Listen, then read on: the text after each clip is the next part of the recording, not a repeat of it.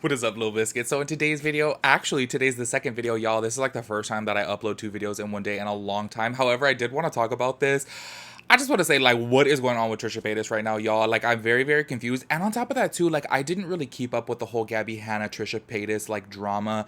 I did watch their podcast. However, I saw that she came out with a video, and I'm like, I'm so lost. Like, honestly, I feel like at this point we know that Gabi Hannah is really not that good of a person because I have seen the videos that Jessie Smile has put out. However, I didn't make a video about that because that's another topic I don't feel comfortable talking about. If you guys have not heard me say it before, there are certain topics that go on within like the drama sphere of the internet that I just don't feel comfortable talking about. And I feel like the situation between Jessie and Gabi is just, I don't know, I feel like that is just way, way, way, way too deep for me. However, within today's video, I wanted to talk about like what is going on with Trisha, y'all. I feel like she is kind of like losing it, and I feel like that sucks because y'all know I've said it time and time again. I really feel like within the past year, I feel like Trisha Paytas has like learned and grown and like become a different person. You know, I feel like her being on the Frenemies podcast and her being with Moses, I feel like she really has become a much better self-aware person. However, I've like been reading her tweets over the past couple days, and I'm like, what is going on right now, y'all? So I wanted to read some of those tweets, some of those tweets, and get your guys' thoughts and opinions on it because I'm like confused. Also, I do want to talk just a little bit about the Gabi Hannah and Trisha Paytas situation because I did just watch her video last night where she was basically like putting out like unreleased footage of their podcast.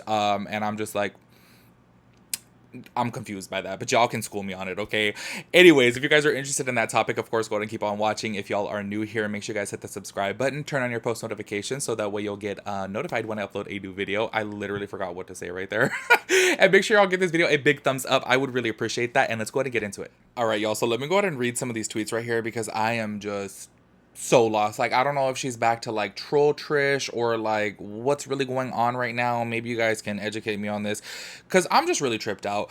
Honestly, ever since I made my last video about Trisha, I'm like, okay, my eyes have been opened a little bit more, and then I started to feel bad for her because I don't know if I had mentioned within that video, and I don't even know if I knew before making that video, that Ethan Klein actually gets 100% of the revenue, the AdSense revenue from the Frenemies highlights. So everyone was making this big old deal about Trisha Paytas and that she's complaining over 5%, and I feel like at the end of the day, if 5% is being taken out of her half, then she should actually have some say so within what goes on with production. I don't necessarily feel like she should be able to hire a whole, you know, crew specifically just for the Frenemies podcast if Ethan is going to use them for the whole H3 channel. However, I ended up starting feeling a little bit more bad for her in the aspect of like, wait, shouldn't she get some type of, you know, portion from the highlights? Because if Ethan gets 100% of the highlights and then he gets 50% of Frenemies, that just kind of makes me be like, okay, like what? Because actually, before we even get into the tweets, I just want to go ahead and talk about this because Ethan has tweeted out several things. Like, for example, this tweet right here where it says richest people in the world, and it has a picture of Ethan Klein, and it says 5% extra Frenemies podcast. These are things like this, and I'm just kind of like, okay, I understood at first. I was like, you know what? Yeah, maybe Trisha is like tripping because why is she complaining about 5%? You know what I'm saying? But then if you really think about it, it's like 105% because he's getting the full 100% of the highlights. And I kind of feel bad for her in the aspect of he's making a joke about it. The whole internet's making a joke about it, and they're calling Trisha, you like money hungry and greedy because she's complaining about the 5%, which to my understanding still till now, I don't even feel like she was complaining about the 5%. I think that she was complaining in the aspect of, hey, I want some type of control over what goes on in front of me, specifically because the 5% of production is being taken out of my 50%. So I understand her on this, but this is another tweet from Ethan, and he said, about to end world hunger real quick with my 5%. So it's kind of like he's making this joke too, but like, where is the whole, you're still getting 100% of the ad revenue from the Frenemies highlights? He has a whole H3 highlights channel, and he is obviously using all of the Frenemies highlights and making 100% of the revenue off of that. And that's where I kind of feel bad for, is because honestly, at first, I kind of feel like I didn't really know the full situation of the payment. And now that I've obviously looked into it a little bit more, I'm like, wait, okay, everyone's calling Trisha greedy and stuff like this, but I don't really think so, in the aspect of why is the 5% being taken out of her end? You know what I'm saying? And he's getting the 100% of the highlights. So, look, in my personal opinion, as obviously having my own channel, and I literally had a discussion with my friend about this, I kind of feel like if I had a podcast and I was doing all of the production, I was doing all of the editing, the filming, and all that good stuff, and my friend just had to show up and film, I would probably say, like, okay, girl, it's probably going to be 60-40. You know what I'm saying? Because I'm putting in the work, obviously, doing the editing, and I'm doing the production and all this stuff. So, I would think that would be fair. However, when you think about it, it's a whole separate thing that they have the highlights and then they have the Frenemies channel or the Frenemies podcast. And Ethan's getting 50%, Trisha's getting 45 because 5% is going to the crew.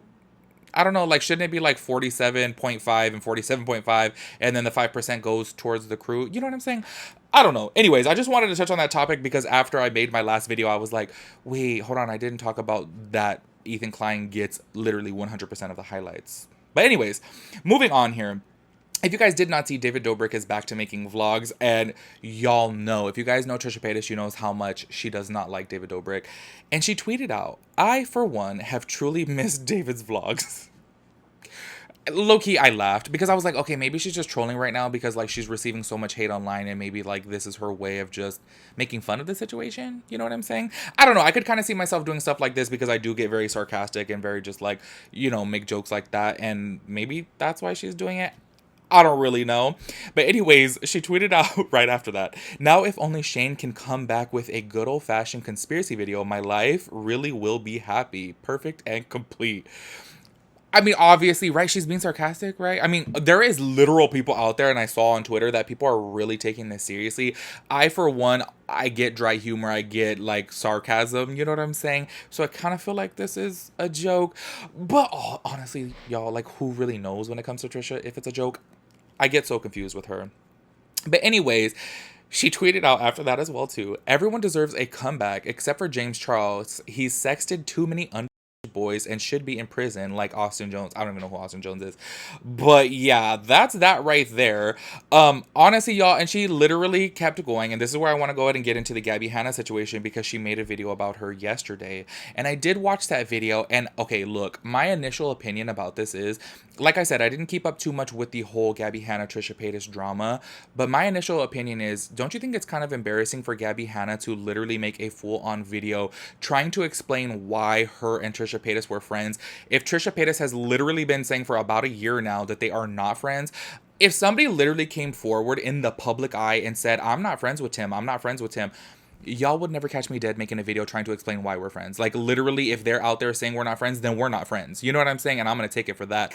I really feel like Gabi Hannah's whole point, and yes, she did prove some points within her video, and she did make Trisha Paytas look a little bit dumb. Like, okay, Trisha Paytas has admitted they have met several times, as to where Trisha Paytas has said, oh no, we've only met once, and there was literal text message proof that they have met multiple times, as well as they have, or Gabi Hannah has, like, audio recording of her too. So I'm just kind of like, okay, but like, to go way out of your way to try to prove that y'all were friends, it's a little bit weird to me, y'all. Like, I just could never picture myself doing that. Like, I just feel like that's a little strange because, like I said, if somebody comes forward and says we're not friends, then okay, we're not friends. Like, I'm not gonna sit here and try to argue. I don't know, that's just my, you know, my little 2 cents on that whole thing. But that whole situation is a mess. But she goes and she tweets out, Gabi Hannah is my bestie. Why are you doing this to our friendship, girl? I'm sorry, y'all. I'm just like, what? Let's talk. Let's learn. Let's go together. But also, mainly, please don't murder me. Thanks. Y'all, I'm so lost. Like, I feel like she's just in full troll mode right now because obviously she is receiving so much hate, and I do feel bad for her because I genuinely have seen growth within her as a person. And I know, like I say in every single video, like, I know a lot of people just love to hate, and especially if people have a problematic past, they're never going to let that problematic past go. They're going to hold it to them forever, which is totally okay. That's, you know, your prerogative if you feel that way.